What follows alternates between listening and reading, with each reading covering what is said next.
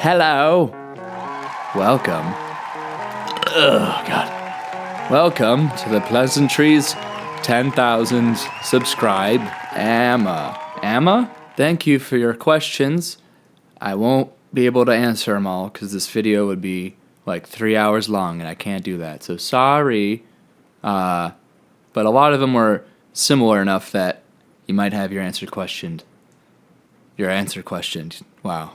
Anyway, question 1. Coming from Mink Higa Shikata. Who are the artists that inspire you? Well, there's so many artists that inspire me, Mink, but I'm going to talk about the main 3. My favorite artist in the whole world is Stevie Wonder. He's the greatest songwriter of all time. He made Songs of the Key of Life, which is the best album ever made. I think I take a lot of inspiration from his vocal melodies in particular. They're always extremely intricate and creative, but always unbelievably catchy and memorable. And I try to do the same in my music, except much, much worse. I also take a ton of inspiration from Prince, especially as a guitar player. I just love everything about what he did with the guitar. Another thing that I take from him is his use of drum machines, because his use of the Lin M1 drum sampler in the early 80s, he used it throughout his whole career, but especially in the early 80s with the Revolution. The stuff he did with that drum machine is just unbelievable. It's such a simple machine, but he was able to come up with endless amazing beats. And it was all new at the time. I mean, drum machines had just become a thing, really. And the Lin M1 is one of the oldest drum machines there is, and he took it and was just at the forefront of the whole era of music. And nobody's really been able to do what he's done since. I just have endless respect and appreciation for what he did in his career. The other biggest influence would, of course, be Jack Stauber, who is the whole reason I got into making lo-fi, poppy music and doing animation in the first place. I clearly owe a lot to his visual and musical style. I mean, he did all this before me. The whole idea of making, pretty weird but catchy songs and making little animations for him. I mean, he was doing it for years, and nobody really had ever done that. And so I owe everything I've been doing over the last 2.5 years to him. And I'm just really excited to see what he has in store next. I'm sure it'll be amazing. I honestly respect him just as much as I respect people like Prince and Stevie Wonder, because the level of originality that he's had over, the short time he's been doing stuff, it's just unbelievable, and I can't really offer up any higher praise than that. And to answer your other question, my favorite song I've done would probably be POV You're in My Head. Question 2, coming from a non-cognited lol 9092. In average, how long does it take to make Claymation?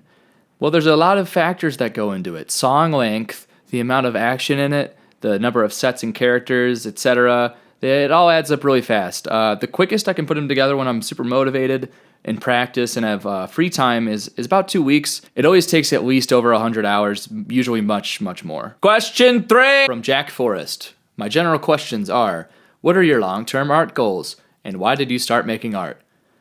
My biggest goal is to one day have a solid enough Patreon support base that I can make art full-time and be able to pay the people who help me mix and master my music a good wage. It's a very lofty goal, but if I could get my Patreon up to like $4K a month or something, I could live off that very well and be able to pay the people who help me mix and master my music what they actually deserve. And I don't really know why I make art. It's just all I think about, and it's all I've ever wanted to do for as long as I can remember.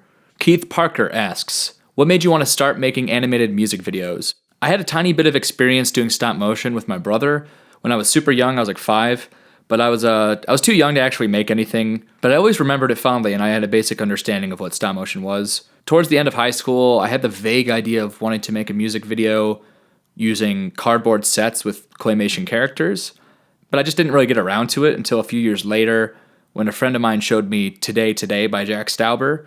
I just knew immediately I just wanted to jump into making my own, because I think seeing his animations put me at ease as to how much quality and time there needed to go into an animation for it to work. I mean, his stuff looks incredible, but it clearly, not all of it looks like it took him very long. And I think one of the most valuable things he ever taught me was that the ideas an animation conveys are infinitely more important than how impressive and time-consuming the visuals are. And then eventually I had the idea for Satanic Preparation, my first animation, and it was a strong enough vision that I was just down to learn Claymation and go for it. Question from Kel. 1. It seems that Demon Ink took a little less than a year to be made. So I wonder, do you switch between different animations in progress when you get tired of one, bored, etc., or do you do them one by one somehow? And how many animations were in the works at the same time? So Demon Ink actually only took about 2 weeks to animate in, I think, mid 2020. I got it like 99% finished back then, but I had to delay releasing it because we were recording and mixing and mastering both of my albums, Tiny Heart's Core and I Love This, at the same time. So I made the animations for Sorry Sally, Thanksgiving Stuffing, There's Unlimited Life, and I think Meet the Meat Man, and You Didn't Notice anything all around that time. So they look very similar. They each took about 2 to 3 weeks, maybe 150 hours each. So Demon Ink was in my back pocket for well over a year before the album was ready to release and it could come out. I usually stick to one animation at a time, but sometimes have to delay it for a long time before it can be released because I want it to be released for like an album or an EP or whatever, and those take a long time to get finished up. But generally, I get an animation like 99% done, and then whenever it's ready to come out, I'll put finishing touches on it. Like I'll maybe do a bit of color correction or add an ending card with my Patreon stuff and that kind of thing.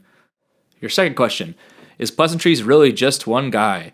It's hard to believe that anyone could handle working on multiple cool songs with weird lyrics plus multiple weird animations and different techniques, plus be mentally healthy all at the same time.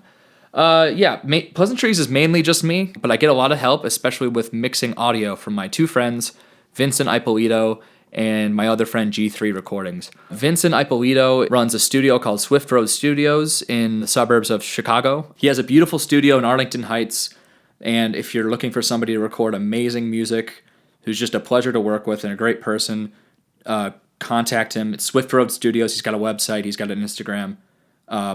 It's so worth it. If you want your stuff to just sound as best as it could and work in an amazing environment, go check him out. Vince produces pretty much all the music you hear on my albums and a lot of my animated stuff as well.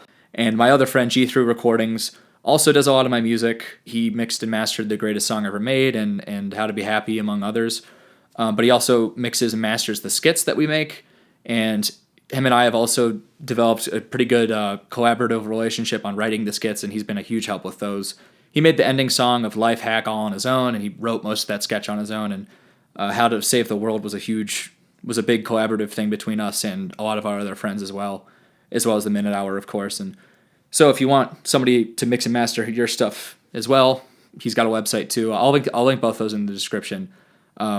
I really owe those guys the world. They work with me so much, and I pay them what I can, but they just really are excited to be a part of what I do in a collaborative sense. So they're really just they're wonderful people to work with, and they're 2 of my best friends for sure. I also sometimes get help writing stuff. My friend who goes by Chauncey Loveshack wrote some amazing stuff for my last album, I Love This. He wrote the song Hermetian Philosophy completely on his own, and then he recorded the vocals and the bass for it. He co-wrote Demon Ink and Been Misplaced in Place with me on that record as well. He's a wonderful songwriter and musician, and I'll definitely be producing more of his songs under the Pleasantries name soon. He's got a SoundCloud with all of his music that you should definitely check out. He's got several albums on there, and they're just brilliantly done. He's been a friend of mine forever.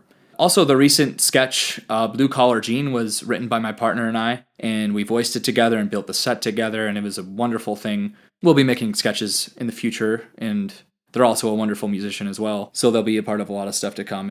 So basically, to answer your question, in a nutshell, I handle all the visuals on my own, all the animation, and write and record virtually all the music on my own, unless otherwise mentioned. If you're ever curious about who did what on an animation, I always leave pretty detailed credits in the descriptions of my YouTube videos and in the descriptions of my Bandcamp stuff. So yeah, you can always check that out if you're curious. Minsu Iksem asks, how does it feel to be compared to Jack Stauber constantly? Do you ever want it to stop? I really don't mind at all. I have endless respect for the guy as an artist, and I completely owe getting my start in animation to him. My style definitely borrows a ton from him, and it's very obvious, so if you're familiar with his stuff and you see my stuff, you'll definitely see the connection. I'm sure at a glance I probably seem like a Jack Stauber clone to a lot of people. I think that's completely understandable. However, I'm confident that if you give my stuff a chance, if you really watch a few of my videos, not just the ones that really are Jack Stauber, you'll kind of see that I do my own thing and put my own spin on it a bit as well. But I got to pay respect to that guy. He's the whole reason I'm doing this. Papa Noob, longtime friend of the channel, asks, Marcantonados, toast, toasters, and coasters. Well, my name's actually Angus Marchangus now, so you're wrong, I changed it. He asks, what does a music writing session look like from the very idea to recording and mixing? I write my songs in a lot of different ways. Sometimes a vocal melody and some lyrics pop into my head, and I'll take it to the DAW where I can figure out an instrumental for it, either starting with programming keyboard or playing something on guitar. But sometimes it's the opposite, where I get an idea for the instrumental first, either starting on guitar or keys before developing it, and then I've got to figure out vocal melodies and lyrics later. And then sometimes I've got the whole song planned out before I even sit down at the computer to do it, and that's always amazing. But either way, when it comes to lyrics, I always feel pretty stuck until I get a line or two that sound right, and then the rest comes pretty quick, along with whatever the story or visuals might be if the song ends up getting animated. And then once it's written, I either go to my friend Vince's studio and we record it with real drums and even getting really cool stuff like cello and woodwind players to come in and lay down tracks, or I just do it all at home using virtual instruments and recording the guitar, bass, and vocals on my own. Usually the songs that I make at home on my own are pretty simple and they get animated, while the ones that I do in the studio are much more complicated musically. Either way, I mix my stuff with either Vince or my other friend G3 Recordings. Working with those two is what makes the songs actually come to life. Without them, my music wouldn't even be close to what it is. I owe them the world. Up next is Chrono Tango. What's your musical background? And what instrument do you find picking up the most when you have an idea pop into your head? My musical background is that I've been playing guitar since I was 8 and playing bass and drums and singing for about as long. I picked up keyboard in 2018 and I'm okay at it. I really like writing on it, writing simple songs on it. It's really fun. But usually when I have an idea for a song, I'll pick up my guitar and either write the song on guitar and perform it that way, or write it on guitar and transpose it to another instrument. From Jade Fire Productions! Congrats! I was wondering, how long did it take for you to actually write and record the greatest song? Well, it didn't take 15 minutes. That was a lie. I had the guitar part floating around for quite a while, a few months, and I always thought it'd be funny since the guitar riff it's pretty over the top. It's like trying to be really badass. So I just thought it'd be funny if like somebody wrote a song with like a badass guitar riff and just claimed it was the greatest song, and then it just went off the rails immediately, you know. So I had like that idea for a while, and then once I got around to actually sitting down to do it, it took like an afternoon to figure out the general song structure and to get most of the lyrics. I think about half the song's worth of lyrics. It took like 4 days to record, and because there's a lot of parts in it, I kind of just figured out the lyrics as I went there. And yeah. Quad Fountain. What's harder, making a claymation or making an animation? When you say animation, I assume you mean doing computer-generated 3D versus doing claymation. There's benefits and drawbacks to both. I always try to choose whichever medium will be easier for whatever story I'm trying to tell. Obviously, CGI or computer-generated 3D is infinitely more efficient than stop motion. That's why it's used 99.9% of the time in professional projects these days. I mean, you have liquid, cloth, hard body, soft body simulations, particle systems, keyframing, so you don't have to animate frame by frame. I mean, the list just goes on endlessly. In CGI, you have absolutely no limitations as to what you want to do, the only limitation being your own creativity. And while this sounds great, and it can be a blessing and a curse in disguise. In all creative endeavors, it can be really nice to have limitations since it narrows down your options and makes a lot of decisions for you. The mind can only tolerate having so many choices before decision fatigue sets in. That's what makes stop motion nice and in some ways easier than 3D. In claymation or stop motion, I only have like 3 ways I can realistically light and shoot a shot most of the time, so it's easier to judge them all individually and just choose the best one. If you want to animate something that's beyond your means, you have to find a creative way to shoot around it, and this creativity yields something that's often more interesting than if you were able to do what you initially wanted to. It's a great example of the idea of art from adversity. It always takes longer to do the same shot in stop motion than it does in 3D, but a lot of the mental load can be taken off your shoulders due to its limitations. Another benefit is that you're working with your hands in stop motion, which is really enjoyable and therapeutic to me, whereas in 3D you're constantly on the computer nonstop, which kind of sucks. In a nutshell, stop motion is definitely harder and it takes longer, but it's more fun. From Darius, what's your opinion on pita bread? I'm Greek, so I live for that shit. PSK asks, What's your favorite video or the video that gave you the most inspiration on the site, YouTube? There's so many, but probably the full live performance of Brian Wilson's Smile from 2004. It's the genius behind the Beach Boys finally performing the amazing album that took nearly 40 albums to come out. It's one of the most inspiring examples of an artist overcoming adversity and mental illness. Not to mention Brian's voice is unbelievable in the performance. I mean, it's the best he's ever sounded, in my opinion. And he looks genuinely happy on stage, which has rarely been the case over the last 5 decades of his career. Another video I love is Stevie Wonder's performance on David Frost, where he covers Close to You by the Carpenters in a Jackson 5 song. I can't remember. I watch that video like a million times a day. And I feel like your question is more so about like YouTube people's videos. And as far as those go, it's definitely Jack Stauber's Opal. Hayden Davis asks, what do you consider to be the factors that are holding you back from bursting into more mainstream popularity? And do you have any plans to overcome those factors, / do you feel like those factors contribute to that invaluable uniqueness? I don't think there's anything holding me back at all.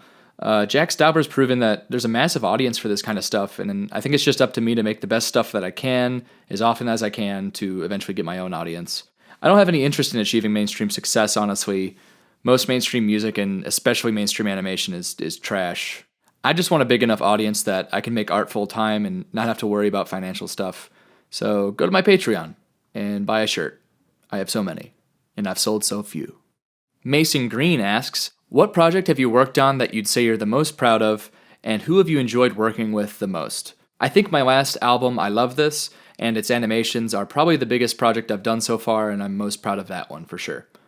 Working with the Minute Hour on How to Save the World was a dream come true, since his sketches are the whole reason I got into making sketches in the first place. My friends and I have been fans for years, and working with him was great, and we're planning on doing another project in the near future. From Da Particles, my question would be, do you have plans to make longer animations in the future? Also, how is Can't Cancel Me Carter from their life hack video handles his... fuck that guy, he put rocks in his box! I'd love to make longer animations in the future. If I get a strong enough idea to make a short musical or even a feature-length film one day, I would love to. Xchil Delgado asks, what artists / bands are your inspiration? There's a lot. Ready? Stevie Wonder, Prince, Frank Zappa, everything Black Francis has ever done, Tom Waits, D'Angelo, Foxy Shazam, Rufus Wainwright, The Deer Hunter, The Residents, Kate Bush, Outkast, Jack Stauber, Nina Simone, Otis Redding, Bill Withers, David Bowie, Ween, Thundercat, Lewis Cole, Talking Heads, Devo, Masayoshi Takanaka, Mr. Bungle, Faith No More, every single project Mike Patton has ever done, Björk, Pink Floyd, The Beatles, The Zombies, Brian Wilson, everything that Namdi's ever done, Snooze, John LaJoie and his other project Wolfie's Just Fine, Iron Astronaut, Patti Smith, the music from Super Smash Bros. Melee, Death Grips. I love old school rap like Tupac, Biggie, Wu-Tang. I love Mozart, Tchaikovsky, Bach. I love old school prog rock like Yes, King Crimson, Genesis. And finally, Cardiacs, of course, because Sing to God is the best album ever made. From Ita Girl Sue, my question is, what inspired you to make the square-headed humans the way they are? I don't really know, but I was modeling the characters and came up with the idea for the animation while watching this really weird 80s body horror movie called Society, so I guess that had something to do with it. Mississippi Girl asks, how did you discover this passion for doing the things you do? And also, where did you learn to sing? I've always loved music. I've been a musician my whole life. I've always loved animation as well, but I never really got into animation until I was 19. So I don't know. I've always loved it. I could sing pretty well as a kid, but I never learned how to do it correctly. So when I was around 17, I had to relearn how to sing completely, and it was really difficult, and nothing was working until I found Ken Tamplin's Vocal Academy on YouTube. His free videos are all it took to just make it all click for me, so shoutouts to him. I never did his paid course, but I imagine if you did, it would be very helpful. Next question. Charlie asks, when will you be running for president? When I'm an old geriatric who decides how people live for some reason. Follow-up question. At what point in your life did you start taking music and animation seriously as a possible career? I've been making music for a really long time, but I never really saw it as a possible career that I'd really want to pursue until I started animating. And when I was making my first animation, Satanic Preparation, once I started to see it take shape and saw how much fun I had with it and felt like I could keep doing it, it started to feel like I could really do it as a possible career. Cameron Carini asks, what inspires you to make these songs? And did you make this channel with some sort of purpose? Usually it's life experiences that influence the songs, whether or not I realize it at the time. I'll be writing a song and I'll have an idea for something, and then months later realize like, oh, this thing that was going on is why I thought of that idea. Sometimes it's stuff that I experience, and then sometimes it's things that I've seen people in my life go through that are the inspiration. I think the purpose of the channel was initially just to promote my music, but over time I've fallen in love with animation and filmmaking, and I enjoy making animations just as much as songs at this point. They're kind of intertwined now. Material Goral asks, I'm just starting to do music now, and I'd like to know how you increased your fan base. So, I'll definitely answer your question because it's an important one that all musicians have a hard time with, but I quickly want to say something first. This doesn't necessarily apply to you personally, but it reminds me of a thing that I've seen all the time in musicians over the years. I think it's super important for people who are just starting out in making music to not worry about developing a fan base at all for several years even. The reason is finding your voice as an artist takes time, a long time. No matter how talented you are, you have to make countless terrible songs before you come up with anything decent. And I don't mean this to be discouraging, it's just the reality of being a songwriter, and there's no shame in it. Most people when they start out, myself included, make music that's just super derivative of whatever their biggest influence is. For me, when I started out, that was Modest Mouse. I'm not exaggerating, the first 3 songs I wrote were carbon copies of the song Perfect Disguise by Modest Mouse. They were completely shameless ripoffs. But that's totally fine, I didn't know any better yet. You kind of have to go through that period of making like crap before you figure out your own voice. You kind of need to learn how to incorporate a bunch of different influences instead of just a single one, and that's the way that you develop a more unique sound and something that seems more original. There's no such thing as an original idea. Music is just a product of the songwriter's influence being combined and then putting their own spin on it. So now with that unprompted tangent out of the way, I'll try my best to answer your question. How do you grow a fan base? Well, to start off, I think there is something really important and super obvious that 99.9% of musicians just don't do at all. And if you were to do it, you'd immediately be miles ahead of most other artists who are just starting out. To get people to care about your music, you have to do things that other artists don't do in order to stand out. What I mean is that most artists make music and they upload it, they post photos of their shows to their Instagram or Facebook or whatever, and that's it. They don't do anything else. So you need to take a look at what you're doing, and if you're only doing those things, if you're doing the bare minimum, you have to realize that there's millions of artists out there who are just like you doing the same thing, and that you have no chance of ever getting anyone's attention because you just won't stand out. You have to think outside the box a bit and do something relatively unique compared to the rest of the field. For me, that was learning animation. Immediately upon doing something like that, it could be anything, I don't know.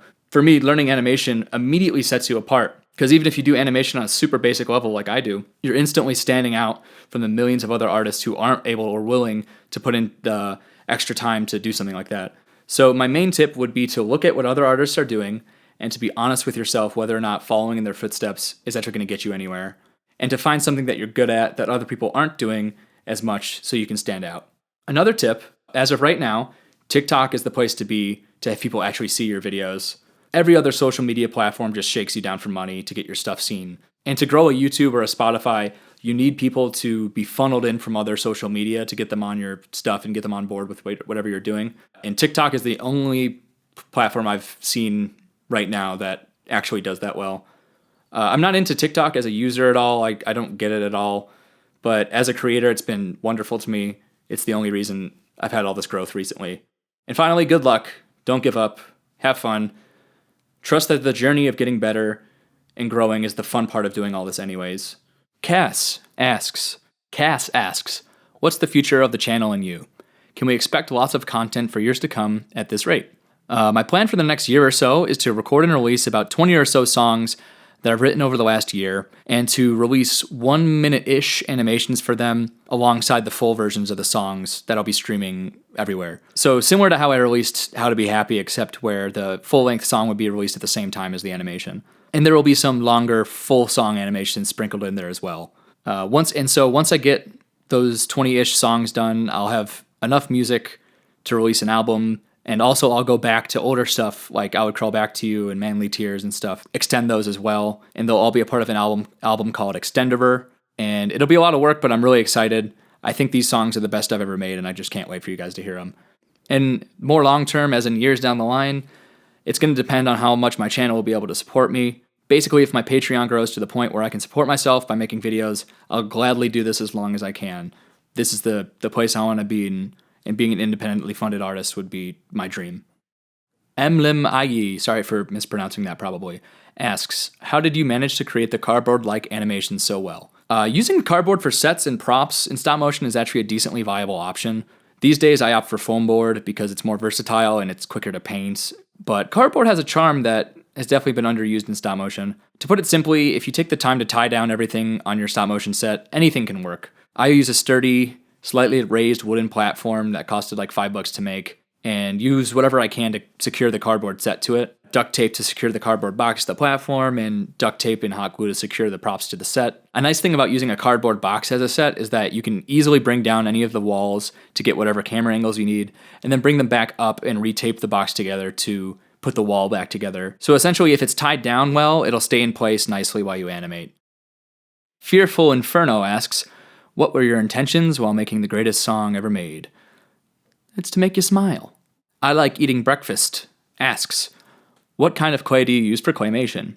Do you prefer claymation or 3D animating? Are you working on any project right now?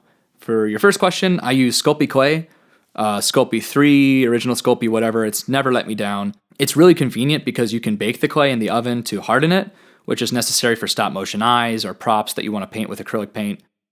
And if you don't want it to harden, it naturally stays malleable as long as you don't bake it. As far as whether I like claymation or 3D more, I really like both. I try to choose whichever medium would be the most efficient and enjoyable to do the scene in, but overall I prefer stop motion since you get to work with your hands and do so many different things. And right now I have 2 animations in the work. One is completely done, we're just mixing the song. It's really neat, it's a little weird and a little dark little thing with mixed media stuff. I'm also working on a longer 3-minute animation in the same style as the greatest song ever made, and I'm super excited for that one.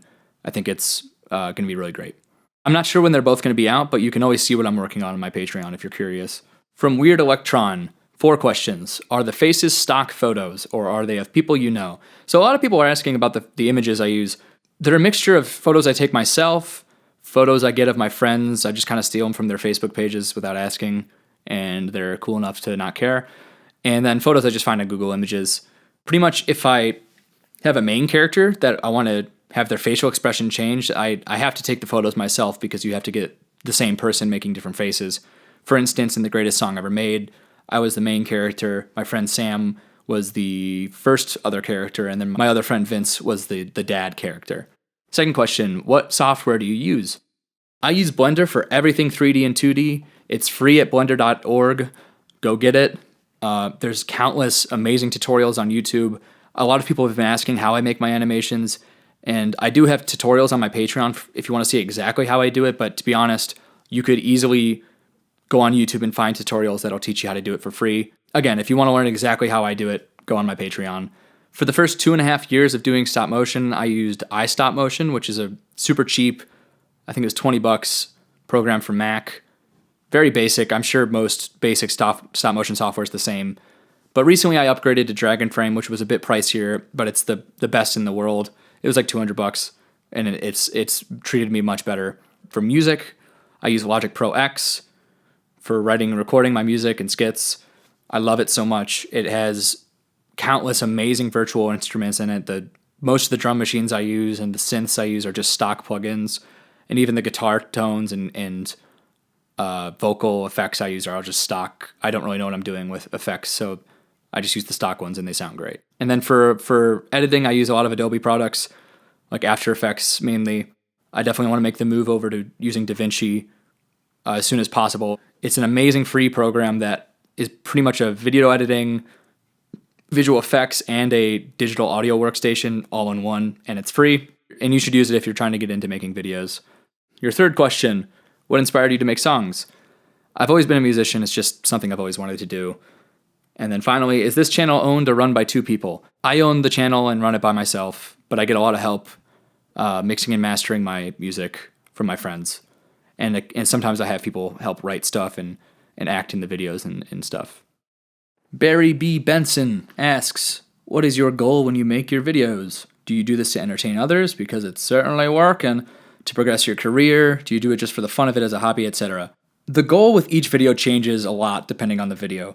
With something like The Greatest Song Ever Made, it was just a silly thing that I wanted to make people laugh with. But for something more serious, such as I Love This, I was expressing some of the darker parts of my life where I've seen drug addiction and mental illness hurt a lot of the people close to me. So it changes quite a bit depending on the tone, subject matter of the whatever thing is the video.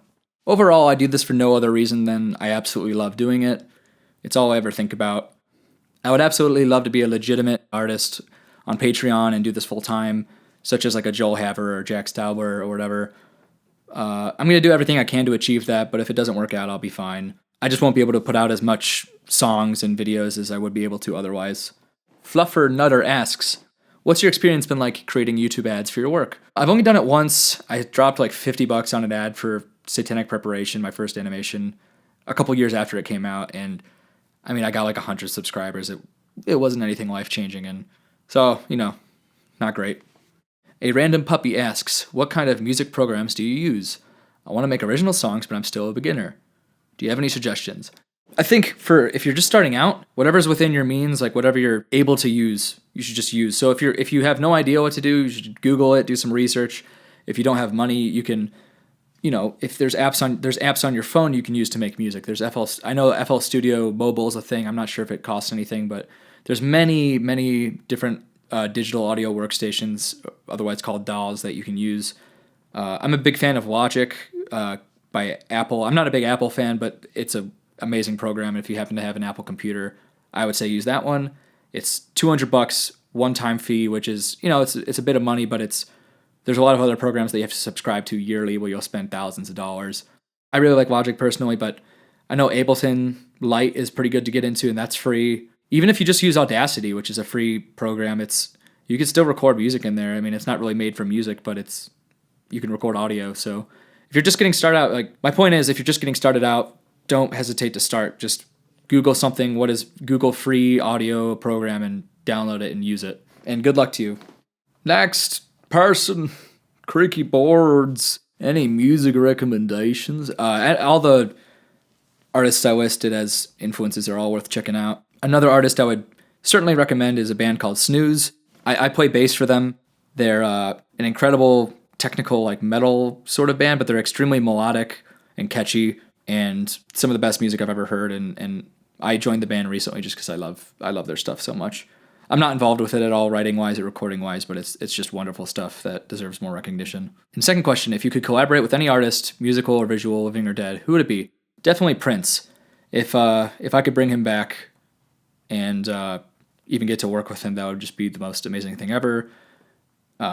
Him passing away is such a tragic and pointless thing that happened, and he had so much left to do. He was so young. He was only 50, and he could have done so much more. So bringing him back would be number one for sure. Orphan Eater 420 asks, what's your favorite metal band? Snooze, particularly the album Familiaris. It's genius. Oofer Oof asks, are you planning on making The Greatest Song Ever Made Part 2? I'm open to it. If an idea comes along that's strong enough, I'll definitely do it. But I'm always hesitant to make something where you don't have a strong idea initially. I think the way to do creative stuff is to have a really good idea and kind of have a good plan for it and see it in your head before you start making it. Take the time to write it beforehand and plan it, rather than jump into it. I could sit down and be like, all right, time to make The Greatest Song Ever Made Part 2, but it would probably be pretty bad unless I had a good idea of what it was supposed to be. Ben Ender asks, how'd you get started? I just been playing music my whole life, man. I don't know. That's all I want to do. You feel me? Yeah. Six Line Media asks, how do you get into writing music? Any tips? I love talking about songwriting. I could talk about it all day, but if you're just starting out, I think the best piece of advice I can give you is have fun. It sounds kind of silly. It sounds like an after-school special, but it's actually dreadfully important that you have fun when you write music. If you take yourself too seriously, if you put too much weight on it, you're not going to come up with anything interesting, and you're going to shut yourself off to ideas that you would have otherwise. So if you're just getting into it, don't put any pressure on yourself. Sit down and if you want to know my process specifically, I do this as an exercise all the time, and I want to start doing it on stream more. I love to sit down and try to write the stupidest thing I can possibly think of. And I mean like write a song about like shitting your brains out or something. You know what I mean? Like the dumbest thing you can think of at the time. And what that's going to do is you're going to have a lot of fun. And at the worst, you're going to walk away with a song that's funny, that you had fun making, and that you got good practice making. And at best, you're actually going to walk away with something really good. I mean, I can't tell you how many times I've sat down to make something stupid and I walk away with the best song I've ever made at the time. So have fun and make stupid shit, and you'll eventually come up with ideas that, could be more serious and stuff, but you got to have fun. It's so important. Next, Zay wonders, where do you find these amazing beats? I make them myself. I use the stock drum machines in Logic Pro, and the drum sets in there. And sometimes we record real drums even. No, I just write it myself. I've never purchased beats from anyone else. Bo Wee asks, hi, I love your music. Thank you. When do you plan to go on tour, and what prices would your tickets be? I would love to go on tour. That would be a dream come true. Either on my own with a backing track and a projector playing my animations, which I've been doing live for a while, or with a full band if it's possible. But it all depends on how big the following gets. If it gets to the point where I can do a full tour and people will actually come to see us, I'll gladly do it. If it's even remotely financially viable, like even if I was just to break even or get close to it, I would absolutely love to do it. That would be such a dream come true. I am going on tour with my other band, Snooze. We're doing a big East Coast tour. I'll put the dates up right now. And if you want to come see us, please do. You can feel free to say hi. It'd be great to see you. TFS, Crop Airlines, #save Ukraine. I don't know what that is. Question 1. I just subscribed. How do you feel? I feel lovely. Question 2. What's the most annoying part of making your videos? My least favorite part is probably filming live action stuff. I'm not really comfortable as an actor, and I usually film it on my own, so it's really annoying. I have to focus my camera, and then I have to use like a stand-in to focus my camera, and then act in front of it. I'm a horrible actor. I've never put any work into it. So I always dread having to film live action stuff, but it's always worth it in the end because I really like how it looks, and it's obviously the most efficient way of making video. So it's worth it in the end, but it's a pain to do it for sure. Severe Clue asks, I kind of already covered the art style thing, but you ask, do you like anime? And I do. I like, I'm not like super into anime. I like know the normie anime stuff. Like I've seen like Death Note and most of JoJo's and most of Hunter x Hunter, and I love it. I love anime movies like Akira and Miyazaki films. So I also really like Junji Ito manga. So I know like all the really famous stuff. Nothing really super cool if you're like an anime head or whatever. But yeah, I love anime, of course. Firesnake56, another longtime friend of the channel, says, Andy, do you ever have a plan in the future at all? Or maybe it's an end goal to collaborate with Jack Stauber in some way. Yeah, I mean, I would love to collaborate with Jack Stauber, obviously, but it's not really an end goal. That's more of a thing. If it happens, that'd be wonderful. I would be over the moon happy about it. But if it doesn't happen, it'll be completely fine. I'll be just fine on my own. I wouldn't say that's a plan in the future necessarily because I really don't have any agency over whether that would happen. If him and I were gonna collaborate, it would be completely up to him. I mean, he has no real reason to collaborate with me aside from if he happened to know my stuff and enjoy it and just wanted to work with me. But he has really nothing to gain from working with me because I'm such a small channel. But yeah, if he ever wanted to, I would do it in a heartbeat. I would drop everything to do that. So Jack, if you're listening, hit me up, pal. Forgotten Prince asks, how many people are in your band, or are you solo? And how many instruments do you play? I kind of don't have a band at the moment, but I have a couple guys who I would talk to get a band together. So I'm a solo artist right now. And I play guitar, bass, drums well, and then I'm okay at piano and keyboard instruments. And I mean, I used to play saxophone for a little bit, but I was never any good. Jack asks, how many dad models did he put in the greatest song ever made? So in the baseball scene, with all those dads in the stands, it was actually kind of fun to figure out because most of those models that you see aren't actually there. They're a part of a particle system. Because if you were to try and render a scene with, I mean, there might be like 1,000 characters in that scene. Most computers, including mine, would just not be able to handle it. So what I did was I had the front row of dads actually there. What I mean is there's I think it was a set of like 10 characters with different faces on them that I would kind of just randomize, and I would stick them in the front row and animate those characters so that they'd be facing the right direction. And then all the other rows are all based on that front row that they're behind, with a particle system using those models as like the base of the particle system. So when you render, so the idea is that when you render the shot, it'll show the full stadium full of dads, but in reality, the only characters I animated were the ones in the front row throughout the whole baseball diamond. It's really important to do that when you do crowds of characters, because computers not going to be able to handle rendering 1,000 individual characters most of the time. From Bread Cult, my dad said the greatest song ever made wasn't the greatest song ever made. Is he my real father? I'm not going to say either way, but you might want to have a talk about that. Wanna be funny man. What made you come up with the realistic face on smooth bodies idea?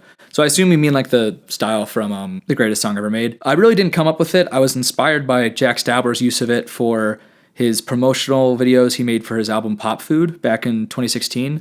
He did a ton of videos with that style, and I loved them and wanted to do something similar. But the style has been around much longer than that. It's how video games did their graphics for a long time. I remember GoldenEye, the Nintendo 64 game, does the same thing. I mean, it's just like Pierce Brosnan's face stuck on a shitty 3D model. So it's been around for a long time. I didn't come up with it. EM Philia asks, how do you like your bread? Artisanal or full grain? I like wheat. Wheat. Wheat! CJ Perez asks, what animation program do you use? I already said that. Eins 2001 asks, are you a fan of Oingo Boingo? You have that Danny Elfman vibe. Why? Because I'm a ginger too? You really have that Danny Elfman vibe. Why? Because we're gingers? Yeah, he's cool. I like him. You should make a bread song, Flaming Knight says. Okay.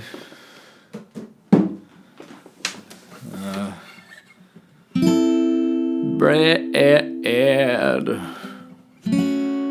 Bread. Bread. Bread. Oh, yes, bread. There you go.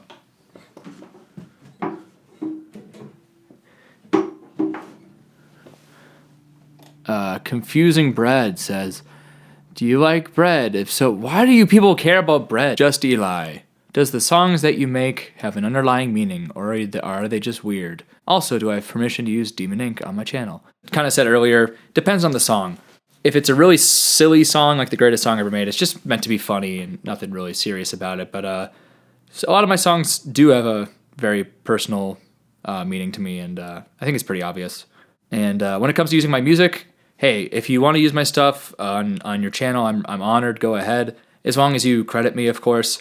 As long as you're not making money, you know, it wouldn't be cool if you made a commercial or something and used my music. Then we'd have a problem. But if you're just doing it for your channel for fun, you know, you're doing whatever with it, go ahead. I'd be honored. Kitty, is there a better song than The Greatest Song Ever Made? There's maybe better songs, but definitely not greater ones. Pyro in the house. What are the top 10 places you would go on tour to? I mean, I'd go anywhere that wants me.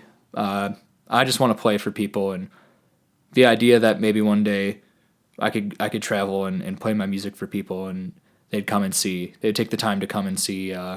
That's just the most unbelievable thing ever, and it would just be a dream come true. So I'll go anywhere you want. I'll go to fucking Boise, Idaho. All right, I'm down. All right, as long as people would come, and I wouldn't lose a bunch of money and be fucked if I went. Piggles.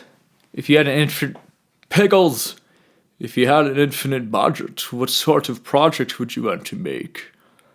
I would love to go on tour with a huge orchestra or something cool like that, or make a full-length movie or musical or something. That would be incredible.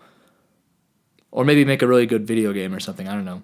Cam Lee asks, who plays you in a Pleasantries biopic? Fucking Danny Elfman, apparently. I don't know. But probably Jackie Chan. I mean, I know I'm like really tough and like I can beat people up with like kung fu. So he would like handle it. He would get the role really well. Pumpkin FPS. What are your other hobbies besides animation and music? I really like nerdy 1v1 esports like Super Smash Bros. Melee and StarCraft. I'm a huge nerd. I'm a huge tryhard. I don't play StarCraft really anymore, but I watch a ton of it, and I still play some Melee for fun, and it's a wonderful game. I also really like carpentry and movies and programming. Spicy Pills. Who is your favorite musical artist or music genre? I think my favorite genre is probably like R&B, soul, stuff kind of like that. And right now, the person I'm listening to the most is D'Angelo. His album Voodoo in particular, I've just been playing nonstop for about 2 months, and I'm in love with it. Isn't Much asks, what motivated you to keep going? I don't really know. I mean, I've been doing this, I've been making animations for 3 years now, and I mean, for the longest time, I would spend 100 or 200 hours on a video and it would get 1,000 views at most. I don't know. I never cared. I just wanted to do it, and it's all I want to do now. And I don't feel any different than I did back then, even though I've gotten a little bit more momentum now. And I imagine if it continues to grow, if I get 100,000 subscribers or even 1 million or something, I'll feel the same. Caleb Christensen asks, when is the next album? Like I kind of mentioned earlier, I'm going to be focusing on releasing singles, a ton of them. I'm going to shoot for one every 2 weeks, so there's going to be a lot of music coming. But as far as an album goes, it probably won't be until next year. Maybe the year after. But I have more than enough material for a really long album, so it'll come out eventually. Oh my God, Ulij asks, what do you like the most in making your songs? The moment when a song comes together, when I'm writing it, and it just comes together in my head, and I maybe have an idea for an animation with it, and just the feeling of a song coming together is just the best feeling in the world. And it's what I'm chasing every time I write a song. TXT Slay, how do you come up with these song ideas? When it comes to ideas for music or for animation or anything, I really like how David Lynch thinks about ideas. I'll put the video here. I think generally his approach is that he kind of thinks about ideas like fishing. So he goes out and, you go out like you're fishing. You go out there and you clear your mind and you cast your line, and maybe you get something really good, or maybe you get nothing, and you don't really have control over it. So you just relax and let it come. And if it comes, great. If not, then it's okay. But I really like the idea. I like the idea that ideas are kind of just out there floating around, and it can pop into anyone's head, and you just have to have the right mindset to let it come to you. Jared Lives On asks, my buddy, I love you, Jared. How you be rocking all the time? Do you rock when no one is watching? I'm a rock lobster. Ari lol. How did you come up with the name Pleasantries? The beginning of Salad Fingers episode 9. Just go watch it. It's a great episode. Wobber asks, how do you make those faces look like that? Like, how do you find the perfect spot? How? I got a tutorial on Patreon if you want to throw me $5. James S. asks, what song did you like making the most? Probably Satanic Preparation, because it was the first song where I went for a more Jack Stauber kind of sound, and it was super fun. The song came to me all in a dream, so it was pretty much no effort to write. It was just a blast to just kind of see it come together. Doofy Wilsons asks, can you make a How to Be Sad song just like the How to Be Happy song? That's a pretty good idea. I might do that one day. We'll see. Pulp asks, you gonna continue the Demon Inc. universe? Yeah, I think so. I love those characters so much, and I like that little world a lot, and I think there's some really cool stuff that could happen there. So yeah, one day I definitely will. Maybe it'll be like when I make full-length albums, there'll be, more installments in that series for each album, and it'll continue on that way. That'd be kind of cool. James Makes Memes YT. What are your thoughts on Meat Canyon? Fuck that guy. No, he's great. Orcas. Do you play games? And do you have games on your phone? If so, what are they? I play Super Smash Bros. Melee since the online is really good, and I'm too much of a try-hard nerd for anything else. Bug Togs. Your characters are cool and all, but I don't see them busting a move. Ouch. Chance is okay. Thoughts on the YouTuber Pilot Red Sun? He's wonderful. He has an amazing visual style that's one of a kind, and he's a fantastic songwriter. Dude! What was the song that took you the longest? It was definitely the song Tiny Heart's Core, which is the third track, it's the title track for my second album. It took a really long time because it's pretty ambitious. It's like 7.5 minutes, and There's a million layers to it. It took like a year. It took a year to write, and then it took like another year to record because we had all kinds of live orchestral instruments. We had live cello and live violin and viola and alto, tenor, baritone saxophone. We had flute. We did like live xylophone. We did live drums and everything. It was a really, really ambitious song. It was really inspired by Brian Wilson, his album Smile, and also his song Rio Grande. So it was like super, super ambitious. And I gotta thank my producer Vince so much. I mean, I gotta thank him for a million things, but especially doing that song. Like I can't believe he took the time to do it. He just really believed in me, and I just really appreciate him a lot. Man66, are you still friends with your neighbor Sam? Of course. He's been one of my best friends since I was 5.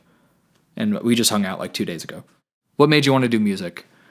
My parents are both musicians and have always just brought me up in a musical way, and they've always been so supportive of it, and it's just what I've always wanted to do, and I owe it all to them for nudging me in that direction. And they, they nudged me into it in a very supportive way, not in like an overbearing, tiger mom sort of way. They were just always really into it, and they just were great. They were just great. Joshua, how tall are you?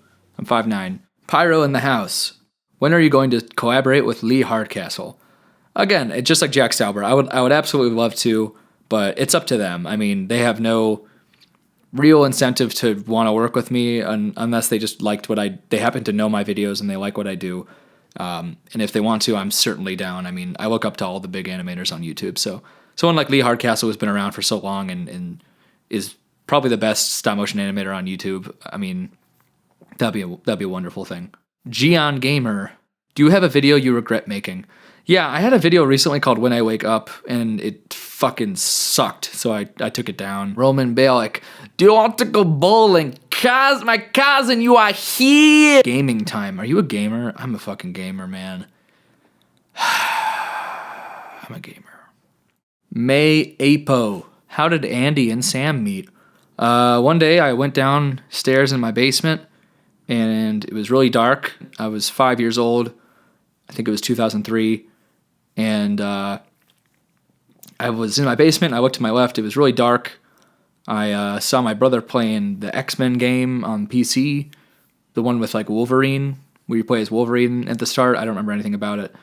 But he had 2 people behind him, and it was Sam and Sam's big brother. And ever since then, we were all best buds. So I'm 23 now, so it's been 18 years that we've been buddies. It's kind of crazy. I need some water. This is a lot of hard work here.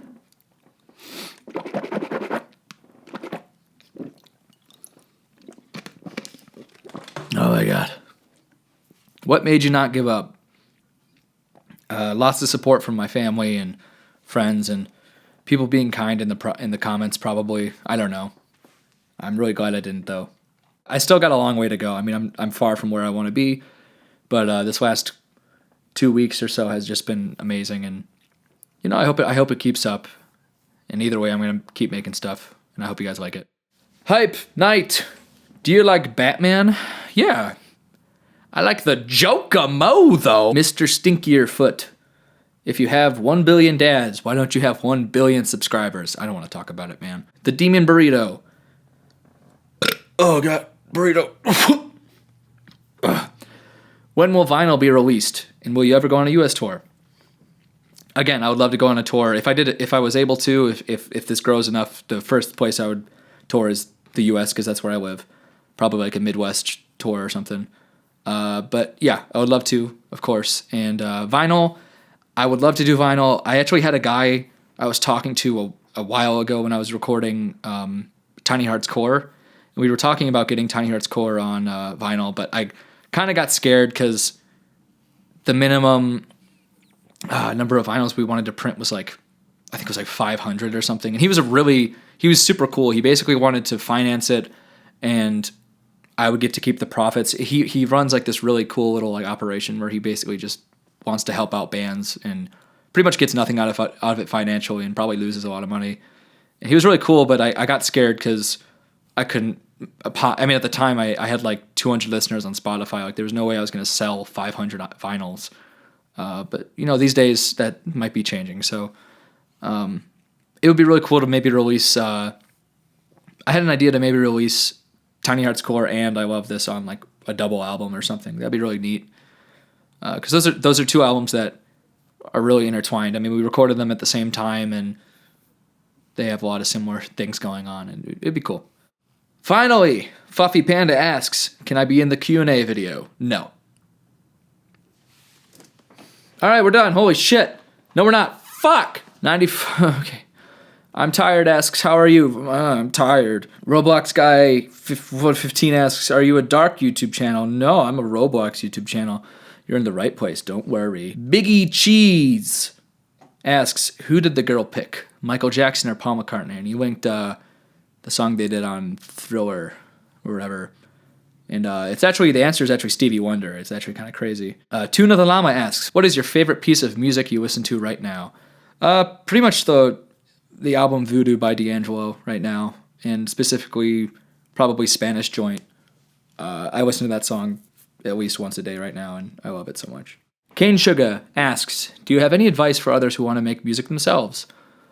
Yeah, like I said earlier, have fun when you write. Don't take it too seriously.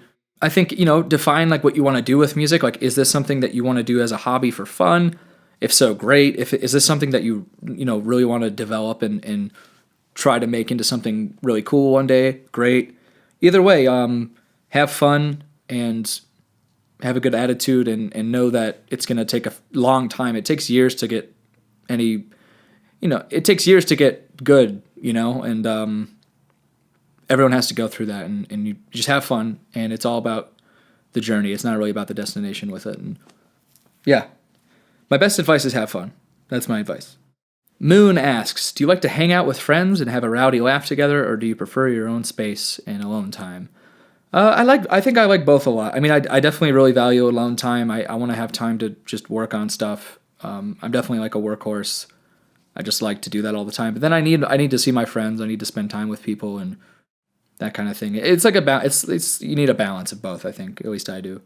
Clay Hyde asks, WTF was Vote For Me. He's referring to one of the songs on my last album, I Love This. It's like a minute-long little sample. And what it is, it's a home video that my dad took of me when I was like 5 or 6 years old. Because it was filmed during the Bush-Kerry presidential election in 2004. So I was either 5 or 6. And I didn't know how to play guitar yet. I just had a little guitar in my hand and it was out of tune and I was just strumming it. But I don't know. I must have been playing it and singing. And he grabbed the camera and it's technically the first song I ever wrote. Which is just, I don't know, it's just kind of a cute thing that I wanted to throw on there. Flying Monkeys 678. What's your favorite animation?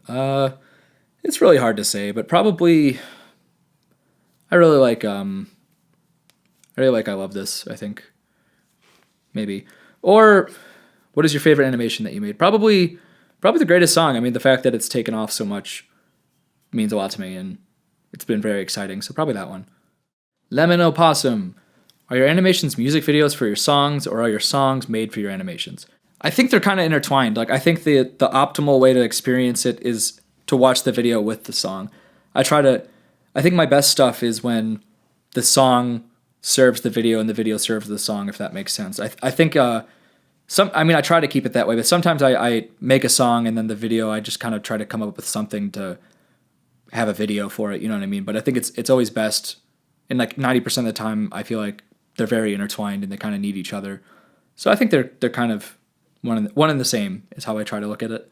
Carlson Masanovich, water or cola? I'm about the world. Am I fucking recording? Good. All right. Harmonious Discord.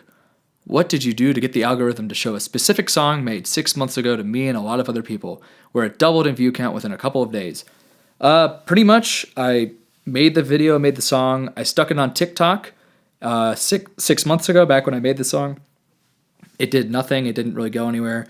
And then randomly, I decided, I'll give it another shot, and I threw it on TikTok, and then it got 3.5 million views on one video, and then 1.5 million views on another, and then almost 1 million again. And the people on TikTok were cool enough to go to my YouTube. I linked it in my bio in TikTok and posted about it, and they were cool enough to come to my YouTube, and the video got about 100,000 views, which was insane. That's never happened before. And I think that around that time, the algorithm just picked it up, I guess, because enough people were looking at it. And so basically I use TikTok, and I've been using it for a while now, and it's been really good to me, and I recommend it to all musicians. Snostrabula asks, this is my buddy Josh, how do I wave dash? Well, you gotta jump with Y or X. You want to use one of those buttons to short hop, and so you do a angled air dodge into the ground, and if you do it quick enough, you slide across the ground, and before you know it, you're going wha-pam, and then you're fucking oh my god. Oh! Sticky, longtime friend of the channel, asks, could you give a bit of insight to your early work before the self-titled record, the new maneuver, Choco Choc Opera, etc.? Any stories, tidbits, or anything like that to share about that era? So he's referring to some EPs I made before my first album from 2017. So, because I started Pleasantries back in I think it's 2013. I made those albums with my friends. The new maneuver into the Choco Choc Opera I made with my friends Mike and Mocha, and a lot of other people just helped out. I mean, I did like 90% of it on my own, but they helped a lot and were a big part of it too. I think maybe the most interesting thing would be how it all started. I was talking to my friend Johnny in English class my freshman year of high school, and we were just talking about how it'd be funny if there was like an EP where the title of the EP was Alien or Aliens, and then there's only 3 songs, and it was Alien, Aliens, and like Aliens Possessive, like Alienses. And the idea of the EP would be that it's about like aliens who own like a bread shop, and like it's like somebody tries to steal the bread, and they're like, you can't have the bread unless you pay full price. So it's just garbage gibberish that like 2 stupid kids came up with, and we talked about it, and I was like, oh, okay. And I went home and made it, and then ever since I've been doing Pleasantries. So that's how that started. And that's the first EP I ever put out, and I think it took like an hour to record, and it's 3 short songs that are awful. So it's not on my YouTube, but it's on my Bandcamp if you're curious. All the old stuff's on my Bandcamp still. Taco Pie asks, were you inspired by Lemon Demon or Jack Stauber? Obviously Jack Stauber, of course. And Lemon Demon, I've gotten really into Neil Cicierega stuff as I've gotten older. Love that stuff. And as far as Lemon Demon goes, I haven't listened to them in a really long time, but I remember being very young, and his animations, or his songs at least, were super big on Newgrounds and stuff. So I listened to Lemon Demon all the time as a kid. And I remember Bad Idea, I think it's called, that song. I remember that song perfectly. I haven't heard it in, like 15 years at least. And I remember the video for it like perfectly as well. So I'm definitely inspired by Lemon Demon. Definitely inspired by Lemon Demon, I'm sure, whether I realize it or not. The Man with No Eyes. Rigging is a hellscape, right? Honestly, I don't really know, because I just use the Meta Rig add-on in Blender, and I just parent it with automatic weights, and I don't even weight paint it, because I just don't want to learn it. It does seem like a hellscape. I just don't want to learn it.